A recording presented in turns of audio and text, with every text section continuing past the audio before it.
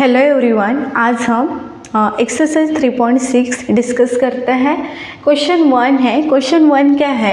Find the HCF of the following numbers. जो number दिए गए हैं उनका हमें एचसीएफ बताना है। एचसीएफ क्या होता है? Highest common factor. उसका फुल फॉर्म है highest common factor.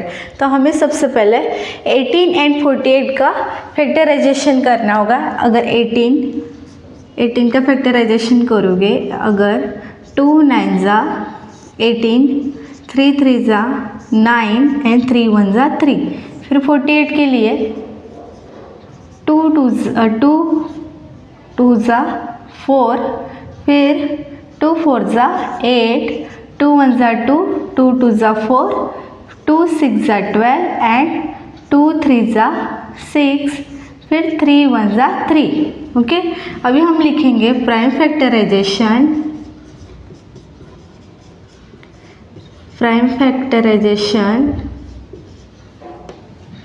18 is equal to 2 into 3 into 3 and 48 के लिए 2 इंटू 2 इंटू 2 इंटू 2 इंटू 3। अभी फैक्टराइजेशन में हमें कौन सा नंबर कॉमन मिल रहा है? एक तो ये 2 मिल रहा है, ओके, ये 2 मिलेगा, और इसमें भी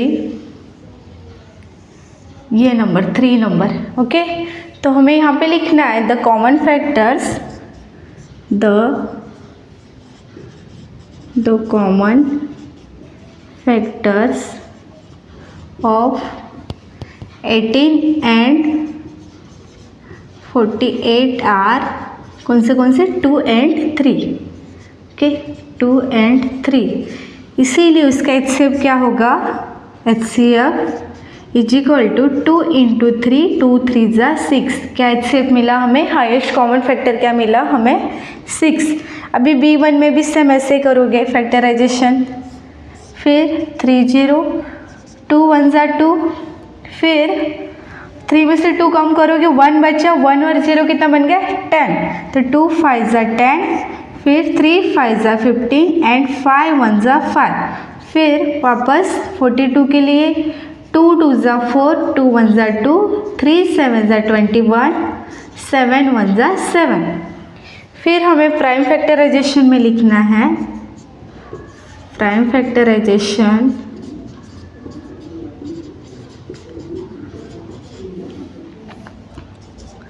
30 is equal to 2 into 3 into 5, 42 is equal to 2 into 3 into 7। Okay, तो अभी इसमें भी हमें कॉमन फैक्टर क्या मिला? 2। कॉमन प्राइम फैक्टर क्या मिला? 2 और 3। ओके, तो हमें यहाँ पे लिखना है वापस the common factors of 30 and 42 are 2 and 3। तो इसका भी एचसीएफ सेम होगा ना? HCF is equal to 2 into 3, 2 3 ज़ा 6। ओके, A1 B1 भी सॉल्व हो गया। अभी C1 करते हैं। C1 में फैक्टराइजेशन करोगे, 2 9 ज़ा 18, 3 3 ज़ा 9, फिर 3 1 ज़ा 3। फिर 60 के लिए 2 3 ज़ा 6, 0 वैसे ही लिखोगे। फिर 3 2 से ही करोगे, सॉरी, 2 1 ज़ा 2 करोगे, 1 बचा, 3 में से 2 कम हो गया, 1 बचा, 1 और 0 कितना बन जाएगा? 10। तो 2 5 ज़ा 10, फिर अभी 3 से करोगे, 3 5 ज़ा 15, 5 1 ज़ा 5। ओके, अभी प्राइम फैक्टराइजेशन में लिखोगे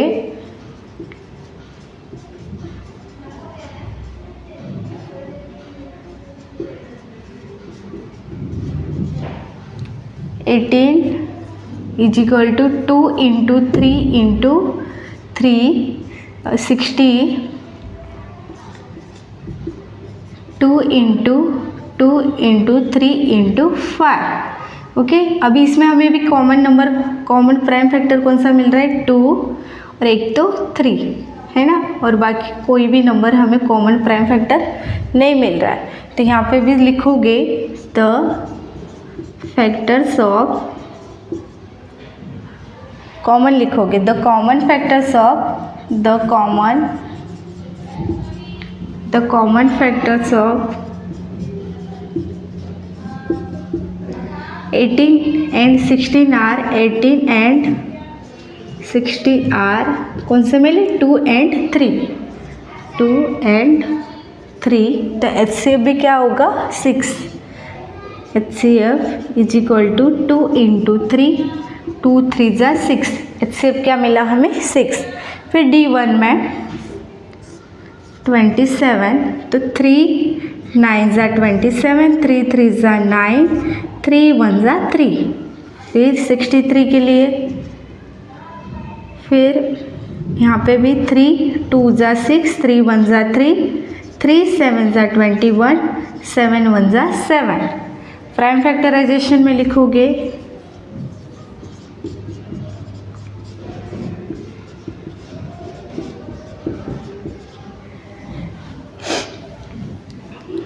twenty 27 is equal to 3 into 3 into 3, 63 is equal to 3 into 3 into 7।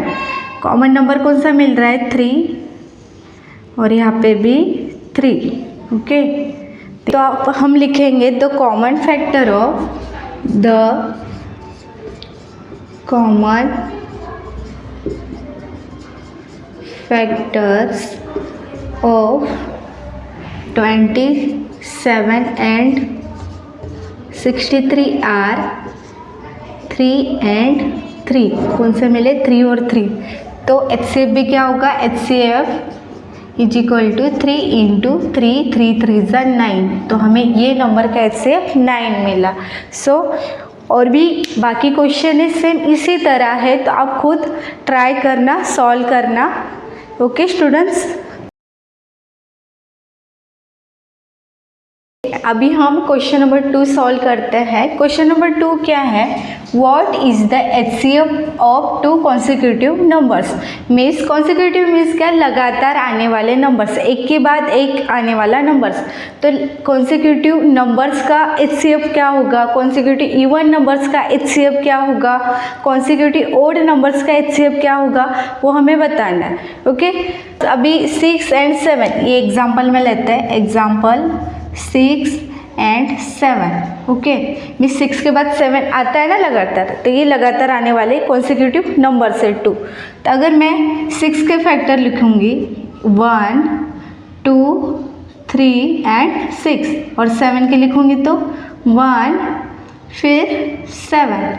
अभी इसमें कौन सा कॉमन निकला, एक तो 1 और ये 1, कौन सा कॉमन फैक्टर मिला हमें 1, तो ये को प्राइम नंबर हो गए। 6 और 7 कौन से नंबर होंगे, को प्राइम नंबर, इसीलिए उनका HCF भी क्या मिलेगा हमें, HCF भी 1 ही मिलेगा। क्या मिलेगा 1। तो हमें आंसर में लिखना है 2 consecutive numbers are co-prime numbers, their HCF is a 1, कि consecutive numbers जो लगातार आने वाले numbers का HCF 1 होगा और वो co-primes number मिलेंगे हमें। ओके, फिर B1 है even numbers, लगातार आने वाले even numbers का फैक्टर या तो HCF क्या होगा। तो अगर मैं यहाँ पे एग्जाम्पल लूँ, एग्जाम्पल में 6 and 8, 6 and 8, 6 के बाद 7 तो आ सकते हैं, पर 7 ओड नंबर हो जाएगा ना, तो 6 के बाद कौन सा इवन नंबर आता है 8, तो हम उसका पहले फैक्टर लिखते हैं। फैक्टर में लिखोगे 1 2 3 and 6, फिर 8 में 1 2 4 8। ओके, ये फैक्टर्स लिखे। अभी हमें यहाँ पे कॉमन नंबर्स क्या मिल रहे हैं 1 2 1 2, सेम नंबर मिल रहे हैं ना हमें, ये कॉमन नंबर मिल रहे हैं। तो HCF भी हमें क्या मिलेगा, कॉमन तो 1 और 2 मिला, तो HCF हमें 1 इंटू 2 इक्वल 2। HCF क्या मिला हमें 2। तो हमें आंसर में क्या लिखना है, 2 is the only common factor between 2 consecutive even numbers. 2 consecutive even numbers में हमें 2 ये कॉमन फैक्टर मिलता है, फिर HCF भी उसका 2 ही रहेगा। क्या बोलोगे? HCF of 2 consecutive even number is a 2। Okay, ये B1 हो गया। अभी ओड नंबर लगातार आने वाले ओड नंबर्स का HCF क्या होगा वो बताना है। तो the HCF of 2 consecutive odd number is a 1, उनका भी HCF 1 ही होगा। तो इसमें अगर मैं एग्जाम्पल सॉल्व करूँ, एग्जाम्पल समझो 9 एंड 11, 9 और 11। तो 9 के अगर फैक्टर्स लिखे तो 1, फिर 3 3 × 9 एंड कौन सा 9, फिर 11 के फैक्टर लिखोगे, एक तो 1 और एक 11। इसमें भी हमें कॉमन क्या मिला 1। तो 9 और 11 ये को प्राइम नंबर बन जाएंगे और दोनों ओड नंबर का HCF भी क्या आएगा 1 ही आएगा। क्या आएगा? और लगातार आने वाले कॉन्सिक्यूटिव ओड नंबर्स का HCF भी क्या होगा 1 ही होगा। तो लिखना है हमें the HCF of 2 consecutive odd number is a 1। ये C1 हो गया। क्वेश्चन नंबर 3 हम डिस्कस करते हैं। क्वेश्चन नंबर 3 क्या है? HCF ऑफ को prime numbers 4 and 15 was found as a follows by factorization 4 is equal to 2 into 2 and 15 3 into 5. Since there is a no common prime factor, so HCF of 4 and 15 is a 0. Is the answer correct? If not, what is the correct HCF? हमें यहाँ पे 4 and 15 जो को prime number है उनका factorisation दिया है, जो है 2 into 2। 4 का फैक्टराइजेशन क्या है 2 into 2 एंड 15 का क्या है 3 into 5। तो इनमें से हमें कोई भी कॉमन प्राइम फैक्टर नहीं मिला। ओके, तो उसका HCF 0 होगा क्या? कॉमन फैक्टर नहीं मिला तो उसका HCF 0 होगा क्या? तो अगर नहीं 0 होगा तो करेक्ट आंसर क्या है? करेक्ट HCF क्या मिलेगा? तो अगर हमने यहाँ पे तो फैक्टराइजेशन किया था, पर अगर हम 4 and 15 के फैक्टर लिखेंगे, 4 के फैक्टर 1 2 फिर 4 और 15 के लिखोगे तो 1 3 5 15 तो 3 फिर 5 फिर 15। ओके, अभी इसमें हमें कौन सा कॉमन फैक्टर मिला 1। तो हमें कॉमन फैक्टर क्या मिला 1 मिला, इसीलिए 4 and 15 को को प्राइम नंबर बोल रहा है। फिर तो अगर कॉमन फैक्टर 1 मिल रहा है तो HCF भी उसका क्या होगा 1। HCF भी क्या होगा उसका 1। ओके, फिर हमें आंसर में क्या लिखना है?